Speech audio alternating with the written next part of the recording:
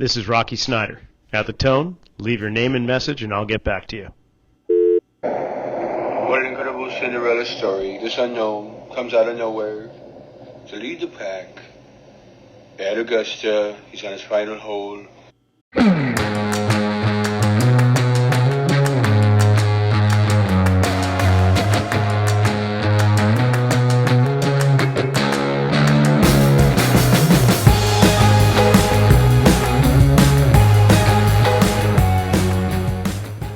Welcome to the Rockfit Files. Yes, Rocky Snyder here. Season 4 fully in swing, and I say that kind of intentionally, swing as in golf swing, because this week I have got Rian Chab, who is down in Santa Monica, Southern California. He's been following the coursework of anatomy and motion for many years, and how he applies it is to training golfers. So we're just going to get right into it. Rian, welcome. Come on the show. I appreciate you having me, Rocky. I'm honored to be one of the anatomy and motion guys that you got brought on here. Well, I got to say the reason why is not because you're just more handsome than me, but because you have taken the flow motion model and applied it to golf. And you and I have both been through, I believe, the Titleist Performance Institute. You went through a little bit of that, right?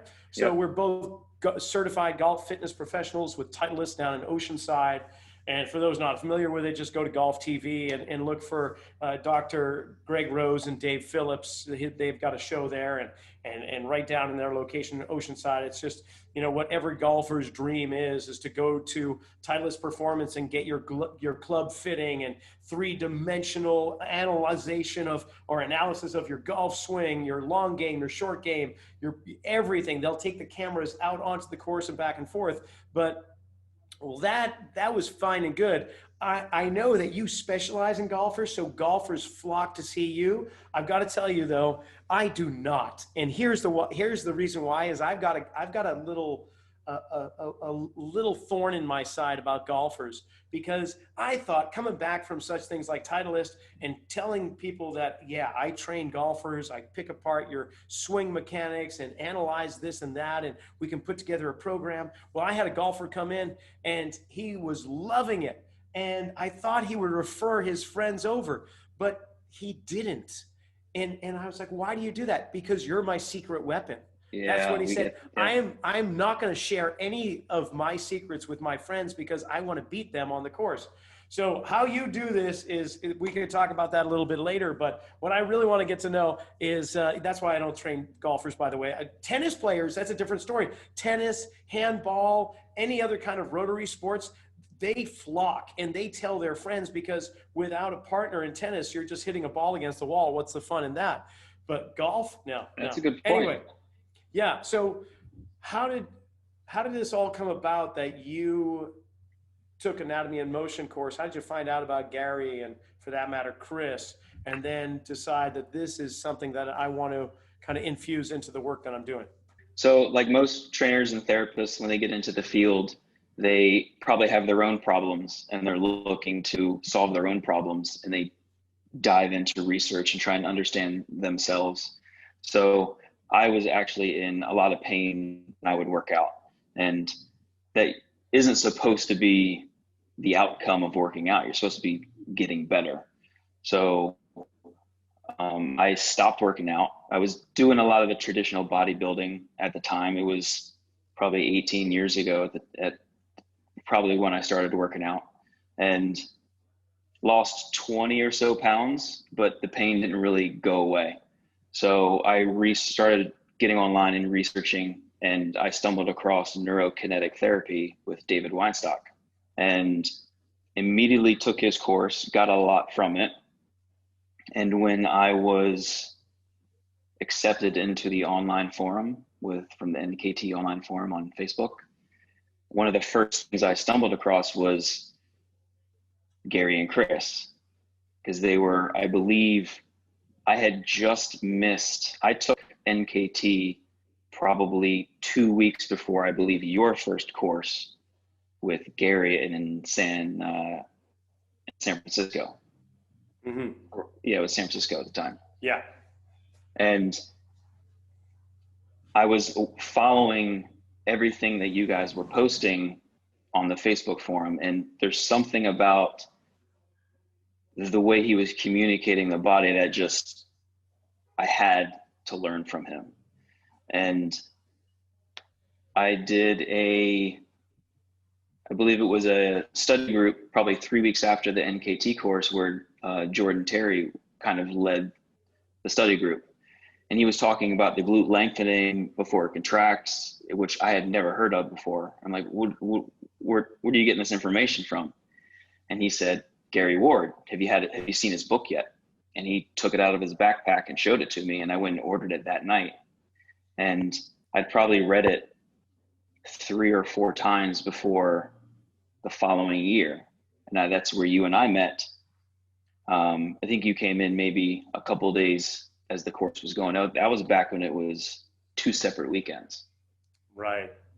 And I've told Gary this, but I didn't even know what the talus-bone was when I took the course, or plantar flexion, dorsiflexion. I could not tell you any of the joint mechanics or the names for them or the joint motions, but I understand the philosophy of it.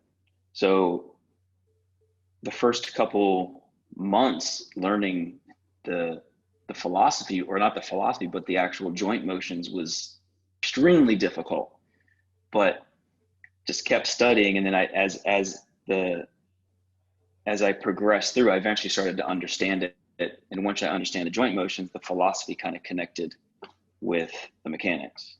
And that was probably close to 5 or 6 years now. And then, as you know, I've taken the course 7 or 8 times since then, and have gotten pretty close to Gary and Chris. And now, like we call them friends now. Yeah. Friends and mentors. Yeah, exactly.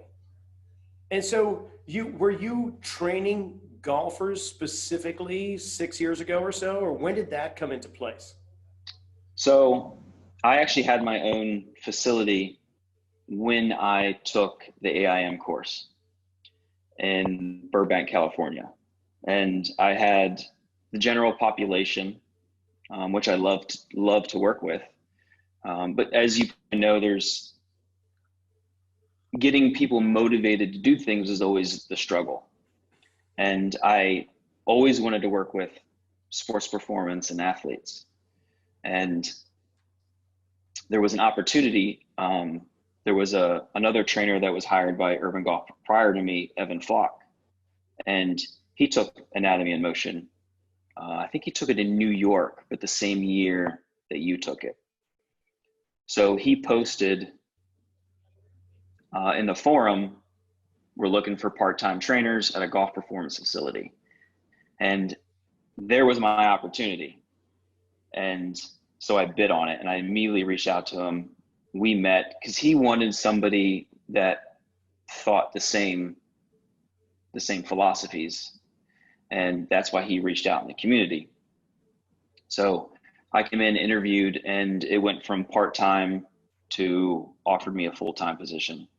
So I made the difficult decision of slowly closing my business and joining Urban Golf Performance full-time, and then growing their brand, our brand, instead of working for myself.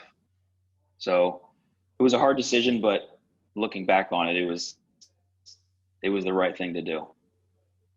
Okay, so I definitely want to get into that, but going back to the workshops, like to the Anatomy and Motion courses, they were broken up into levels 1 and 2 apart, and then 3 and 4 come later. What was it?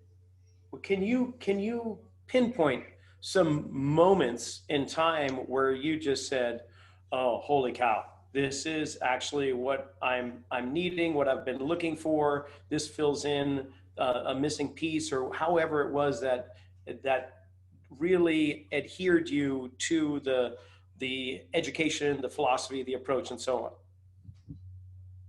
So I literally scraped Gary's Facebook from his first post to his last post. And I think it was the intention he put in his descriptions when he wrote something out that first caught my eye. You were stalking him? Yeah, I stalked him for sure. But I had to get to the root of where he was coming from and really understand what he was talking about or why he was talking about it. And a lot of the information out there, you just read from a book, and the assumption is that it just works, but it never really does. At least in my experience, it never really did. And the way he had such intention of the actual bone motion and all the joint motions in three dimensions, it just something was more me putting it inside my body too. Even reading from his Facebook, I would try it and go, oh, I haven't felt that muscle before. Or the whole center of mass shifting really made sense to me, instead of just like laying on a bench and pressing or pulling, which can still be done, but there was a reason why I was in pain, and the things that I was doing wasn't helping in the long run. Gotcha. And when I would try and do some of the things he had online, I'd feel a different experience in my body than I had previously had. And you get the same, I feel light, the tension in my hips would decrease, and it's some kind of repatterning in the body that I never felt before. And when you get that kind of hope, you just want to keep diving down that route. And then on the seminar, when he said, we were going over joint motion, there's concentric, eccentric, and isometric. When he said that a muscle doesn't ever lengthen, and I was like, well, that's not true. And then as he was explaining how the muscle is always contracting, it's just the joint moves faster than the contraction can handle, it just blew my mind. And from then on, even though I was already hooked with the philosophy, that just entrenched me even deeper, because it made me realize that Gary was thinking just a little differently than from what I was learning from. Right on. All right. And then you just started following the rabbit down the hole. Couldn't get enough. I've been asking every single guest almost about the 100-day challenge and putting them on a spot here. And I want to know, did you do the 100-day challenge and filling out the blank flow motion model chart 100 days in a row? Did I do it? Absolutely. Yeah. Did I finish it? No. Okay. Well, all right. You're the first one actually that has answered yes out of everybody so far. Did you finish it? Well, that was okay.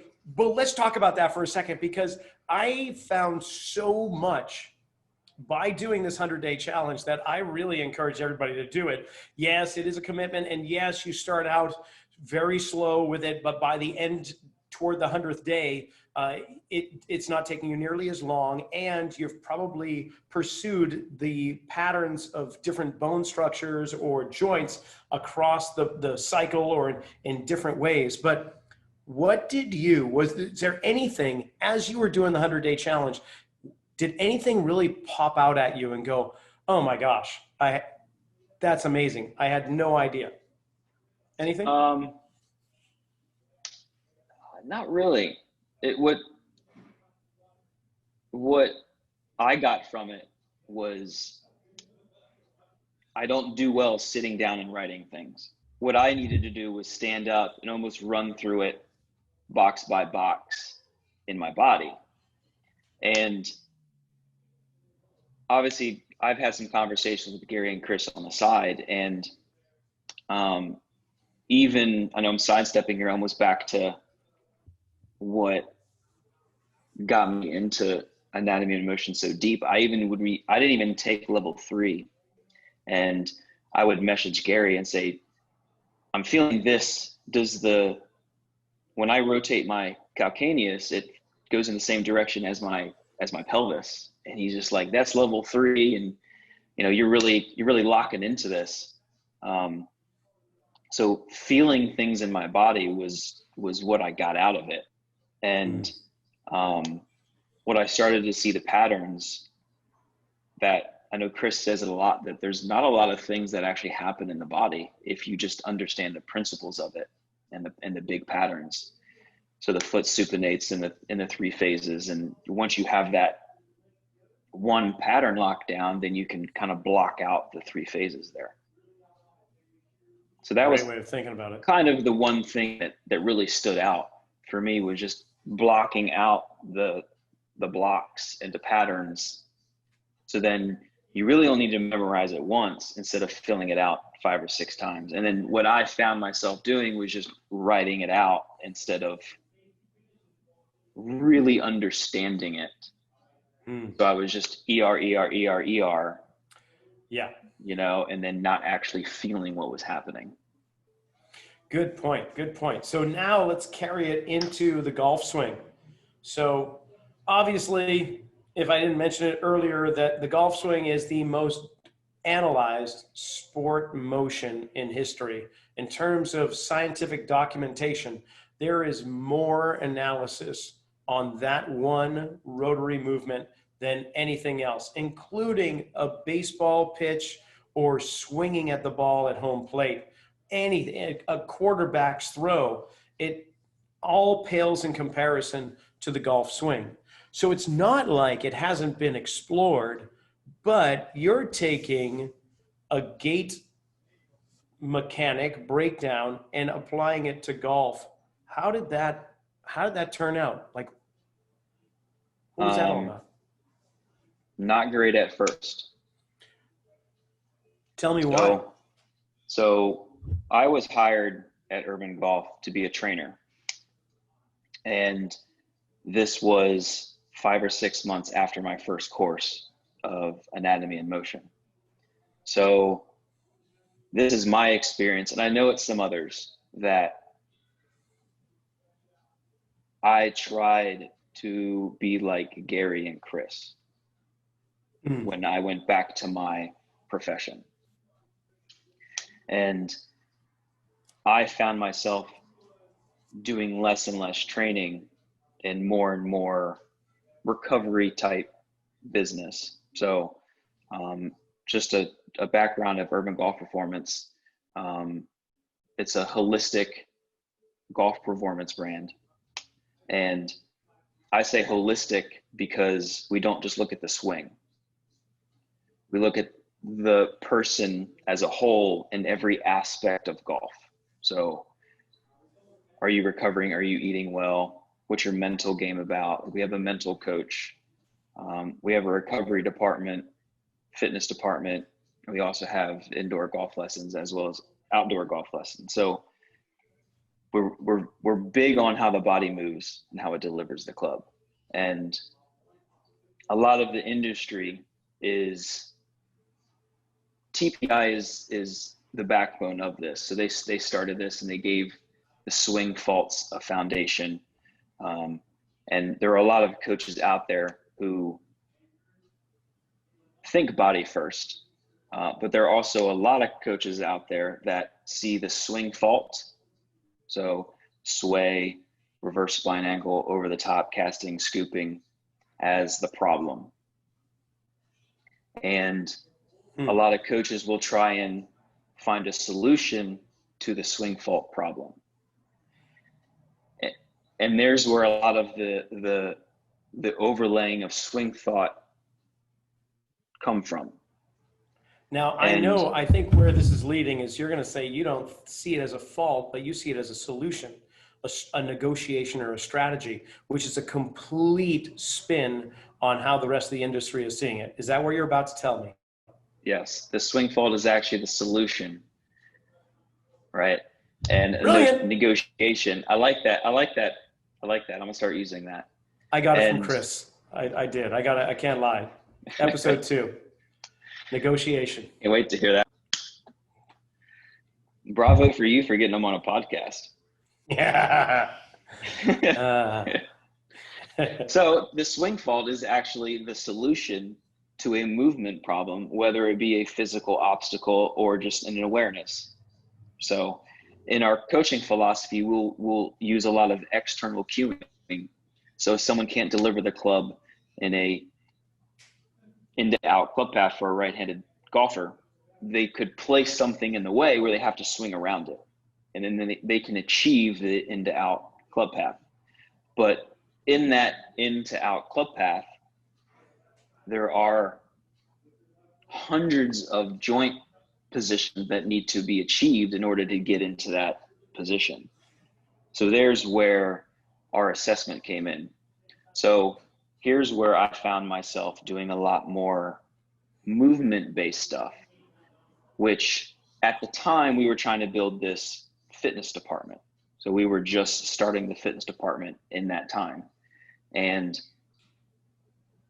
I found myself doing more recovery-based, and I became more therapist type, but then I found myself missing the training. But I respect the fact that I had to do the recovery side and go back to the fitness side, but with recovery principles now, which I just call the movement principles, the big patterns that I see in the gait cycle. So now I, in my opinion, believe that fitness, at least in our business, fitness is an extension of recovery. So the reps, the intensity, and the load changes, but the principles don't change. Great way of saying it. I love that. So now that I'm training again, I've taken the same movement philosophies back into the training. So, in a long-winded answer, there's where I struggled at first, understanding the golf swing from the coaching perspective, because I had all my opinions. So I had to have conversations with all our coaches and really understand the golf swing from a different perspective to try and understand that perspective. And then I can start educating from my perspective. So we're always having conversations with the coaches and our club builders and fitters and our mental coaches about that person's individual swing and game. It's kind of like having a collegiate program or a professional team around you, even for the amateur level. I like that. And I love what you were talking about with the exercise and the recovery. And I see it as a spectrum, if we could, for every movement. And on the low end of the spectrum is where they struggle and where they need some type of assistance, speeding something up, slowing something down, giving them whatever they need to help create that movement. And then we reduce the need for that assistance until they're completely unassisted and they're going through those movements, handling it against gravity with their own body weight in whatever position they are, till they create a certain level of proficiency, and then we can add load or resistance. So each movement, depending upon the person, I will have one person do movement A, and they'll be in this end of the spectrum and assisted. Movement B, they'll be unassisted. Movement C, they're still assisted. Movement D, this is where they're really good and they need load, and because they're proficient with that. And it's always this, are they an A, B, or C level, and how far along can we progress them through it? So some of those movements are going to be closer to the recovery end of the spectrum, while the other is going to be top loading performance, like can I really shock their system at the other end? Is that, kind of along the same line of what you're saying? 100%, exactly. That's exactly how we approach the same thing. And then we can look at the positions, those gait phases that we'll often put people in, and boy, they really, if I had a transparency of traditional exercises in the fitness realm, that there's several that look very similar to those positions, so that now I have an understanding of, okay, if this person is having a hard time rotating rib cage to the left, what kind of upper body actions will drive that rotation? And if they're rotating hard, if they're having a struggle rotating rib cage to the left, they may very well struggle rotating the pelvis to the right. And therefore, if I bring the left leg forward, that's going to feed that right rotation of the pelvis, which would encourage left rotation of the rib cage, which is, I'm sure that's kind of what we're talking about with you too. Yeah, so the golf phase is actually broken down into phases. So it's set up, takeaway, backswing, transition, follow, or impact and follow through. And you can actually probably break those down to interphases if you really wanted to, which I haven't done yet. But to make it simplified, the way we look at it now is taking those phases and understanding what the body should be doing in these positions. And I'll start off by saying there are a million ways to swing a golf club, but we do know that there's better ways than most. And if we can remove some of those physical obstacles, give the body the normal human motion that it should have, then you can deliver the club better than before and easier than before, and play the game a lot longer than you could have been doing swinging the club before. So certainly, because the more efficient, the less energy, and therefore your back nine, you're going to have more endurance. And it's usually the back nine that people are going to be faltering and fatiguing and so on, even if they're on a cart or they're walking. The curious thing that I'm interested in knowing is you break down the swing into different phases like the gait cycle, but does that change for chipping, for using a wedge compared to a wood, like for the long drives compared to the short game, or even the putter, or do you consider those phases pretty much the same? Pretty much the same, but different positions of it. So a wedge, your weight would already be on the lead side. So you would arguably still need those mechanics, just a different spectrum, like you were explaining earlier. But for the most part, it's the same. And my job as the performance coach is to give them what they're missing. And then it's the golf coach's job to then use the new movement and integrate it into better patterns for golf. You brought up the mental coach. You have one guy on the team or one woman on the team who's the mental coach. I'm sure you probably got several, and you're more of the biomechanic, the trainer. So you're dealing with the physical frame, but there's no way that we can completely separate. So my question is, how much do you see in the physical frame that you can relate in the mental terms to the mental coach? Do you know what I mean by that? Like when you look at a person's posture, you can tell certain things about maybe their personality and their characteristics just by how they hold themselves. And maybe like if you use a force plate and you see somebody's on their 4 feet, there's this general sense that this person's literally on their toes. So they're ready to leap at any point in time, compared to somebody that's stuck back in the rear feet where they're maybe more stubborn per se. Like I don't want to throw out these rules or laws or anything, but you get a sense, if we can look at it in that type of way, with that type of lens, when you're looking at somebody move or how somebody stands, do you carry on a conversation like that to the mental coach or anybody else on the team? Or do they just look at you and go, I stick with what you know and keep with the biomechanics? Oh no, we have very candid conversations, and in the process of teaching all of our coaches these movement principles, so when they see it in the swing, we all have the same language. We do have conversations somewhat like that, where not as deep as you just had it, where they're on their toes, so they're always on their toes, or their heads down. So go this route in the mental coaching. The mental coaching is more process than anything. So the first question could be, what's your pre-shot routine? And if the player doesn't have a pre-shot routine, then they're most likely, they don't have structure, and their intention in the shot might not be what it could be. So, and as you know, we can change the way someone thinks about something, and that could change the way they move. So there's definitely conversations, and our mental coach, Rick Sessinghouse, he's amazing at what he does. And him and I can have conversations about someone's joint mechanics. He understands the golf swing as well. So he's not just a mental coach that works just on psychology. He understands the swing, and he understands that the way someone's thinking about delivering the club could also change the way they move. So absolutely, there's always a conversation happening if when that person is moving from coach to coach.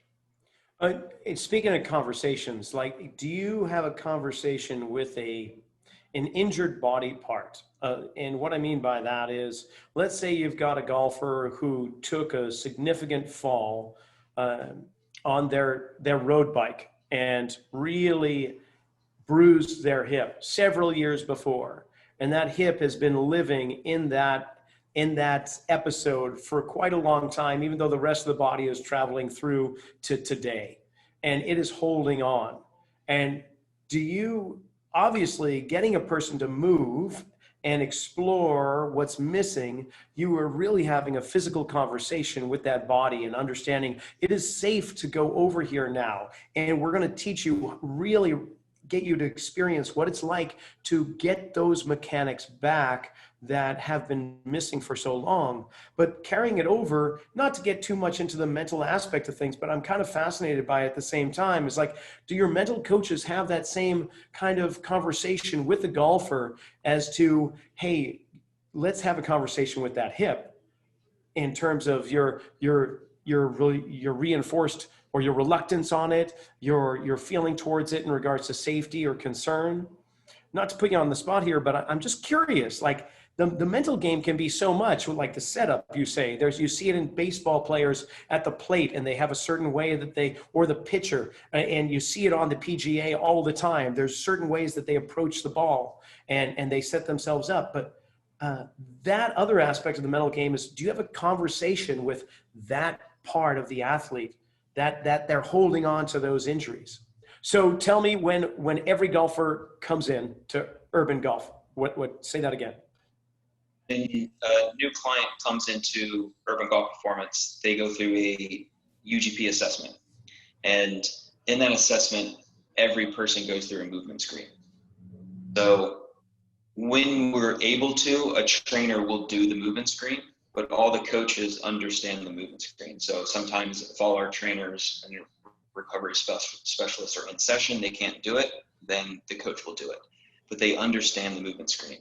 And we go through injury history. It's almost the same as if it was an anatomy and motion assessment. We want to know the timeline, when the injuries happened, how they happened, because the position of the impact can influence the way someone's swinging or just moving through daily life. So we want to know exactly what's happening or what's happened to the person. And then after that first assessment is over, the first session that's booked is a recovery assessment, where we go in more in-depth movement screen to see if there's any red flags. So here's where we'll do a very modified AIM movement screen where I'll check every joint, the knees, are they bending, are they extending? When you bend the knees, where's the center of mass go? Because as you know, the golf swing is all about mass management, every sport really, not just golf. And if there's some physical obstacles, we create a program to try and remove those obstacles, and we relate the movement screen to their swing faults. Gotcha. Right on. And so obviously you use something along the lines of anatomy and motion, joint by joint, and then do you, and not that we have to deal with the phases, but do you often place people into suspension, propulsion, strike, shift, or transition and get them to explore those? Or is it going to be more golf specific positions that you're doing? Most people coming into the facility want to feel like they're doing golf performance movements, which is completely understandable, and we still do them. But the way we look at it is there's prerequisites to every phase of the golf swing. No different than right suspension we all know that the rib cage needs to be rotating to the right. So when the center of mass is moving towards the front leg in the gait phase, the rib cage needs to be rotating to the right. Now, in the golf swing, when your weight is shifting to your right leg for a right-handed golfer in your backswing, your rib cage is definitely rotating right, but your pelvis is rotating to the right as well. So it doesn't map completely to it, but I guess you could argue because the rib cage is moving farther than the pelvis, that you're still technically getting a left rotation, but you're getting a right hip internal rotation, which doesn't map with suspension phase. So there are a lot of similarities. So what I've done is mapped out patterns. So, and we've looked at the backswing no different than suspension phase. So we need left pronation mechanics. So left foot pronates, left knee bends, left femur internally rotates, left hip externally rotates, and the pelvis moves away. Okay. And then the right foot would need supination mechanics, a right knee extending, but never, don't straighten it.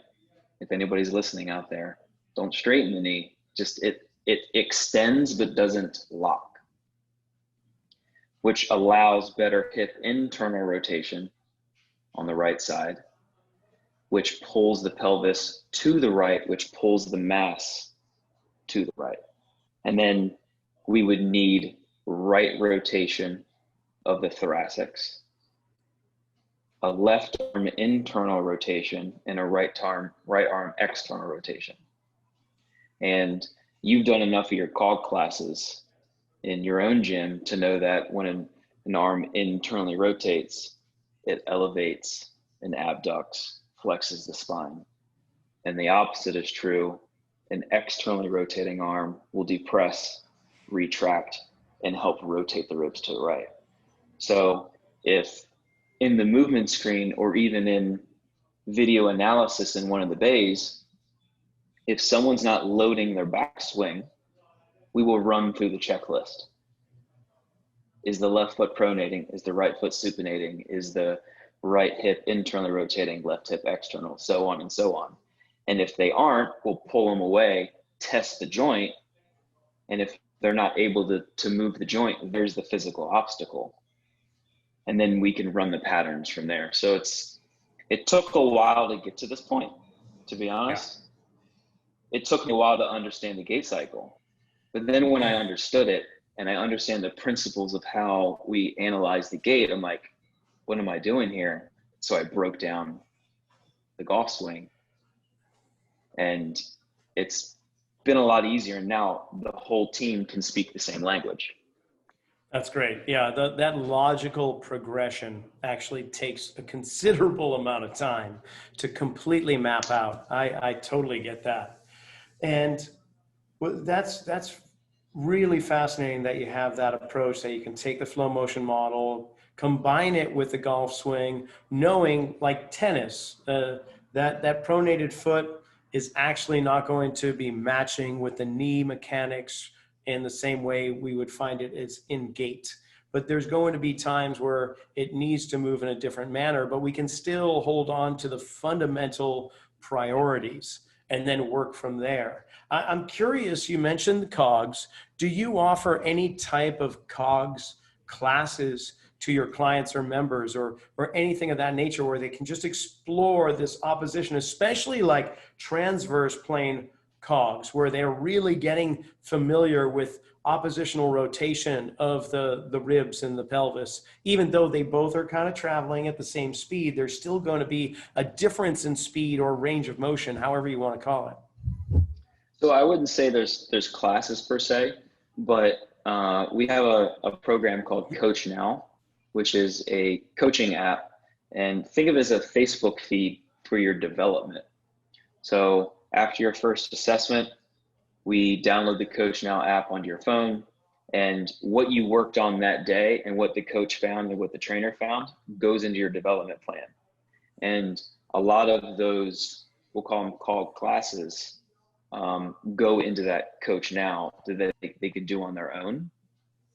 And when they come in, I would say 90% of what we do in the gym is oppositional movement, making sure the center of mass is moving to one foot and being accepted on that foot. So here's where the recovery or fitness is an extension of recovery, where the principles that we look at in an assessment is the knee bending, is the pressure going to the forefoot, is the knee extending, is the pressure going to the heel, directly integrate into a training session. So for instance, I'm working with a 74-year-old lady who's a member at a country club, Riviera, and she was about to give up golf. I just found this out a couple of weeks ago after working with her a couple months, because she has left knee pain, and asking her to take a couple swings, and I put her on my force plate, and left knee pain when she follows through. So you can probably figure out, because just by basic. Does she have trouble supinating in that left foot? Yeah. So yeah. When I stood her on the pressure plate, she had 30% of the left side on her forefoot. And when she tried transitioning into impact position, her knee stayed bent, her pressure went into her knee, and she would swing 80 times around. So it was just a lot of wear and tear on the knee. We just took those principles from recovery, moved it into the fitness department, into the gym, and did the same motion, and just have her hold a medicine ball that was cable resisted, tell her to put pressure into heel, which was extremely difficult, and it allowed her to extend the knee and internally rotate it. She internally rotated the hip and was able to transfer the weight onto her left side, and the knee pain is almost decreased completely. So you have someone who is going to give up golf, expecting to do a golf specific movement, but we had to pull away from that, understand the mechanics, put in better mechanics, and then do the golf specific movement. Yeah. Love that. I just coincidentally enough, I've got a guy that I just started training a few weeks ago, left knee pain, right shoulder pain, and of course, overpronating into that left foot, can't truly supinate, can't get the pressure back, can't go into extension into that left knee, and therefore the pelvis won't clear and rotate around. So he's been muscling through with his upper body, and now his right shoulder is giving him trouble. We just started getting him to, just like you say, experience that pressure back in the heel. Can we give him a few different movements that are going to reinforce supination on that left foot? And now he's forgotten about the back pain that he had. His leg cramps at night have not occurred since the very first session. Amazing. And he's gaining more yardage on his drive, but his short game is where he really is struggling, and his shoulder's feeling better. That's after taking a fall too. But right shoulder or left shoulder? Right shoulder. Blunt force trauma from a fall walking his dog. Oh, okay. So that's partly the reason there, but that's kind of clearing up too. But all of these play into each other, and it's remarkable once you understand the joint relationships and how things should move. It can reveal so much to you. And whether that's in a golf environment, everyday environment, on the pitching mound, or elsewhere, on a surfboard for that matter, it's just it's great to take the same toolbox that you and I have learned and put the different tools that you have and that I have, and yet still be able to select when it's appropriate for this tool and that tool, and everything's encased in that in anatomy and motion. So Ryan, we're coming up to the end of the show here, but I want to let the listening audience and viewing audience know that if they are interested in improving their golf game, and first of all, can they contact you if they're in the Santa Monica, Southern California area? That sounds about right. But what about online? Are you seeing golfers from around the world? Oh, absolutely. We have guys flying. We're right by the airport. Oh, fabulous. Okay. LAX. And do you do online consultations or trainings? As of right now, we don't. Okay. It's something that we started to do and we thought about doing when COVID hit. But by the time we were trying to create that system, we were able to open back up, and the golf industry is absolutely booming right now. So we've had to focus on our 3 facilities right now because they're just at full capacity. We're actually, we have people on the waiting list for golf assessments, but what's happening is now we're still bringing people in through fitness and recovery and then integrating them into the golf later. So, and long term, they're actually getting probably what they need more before the golf lessons. But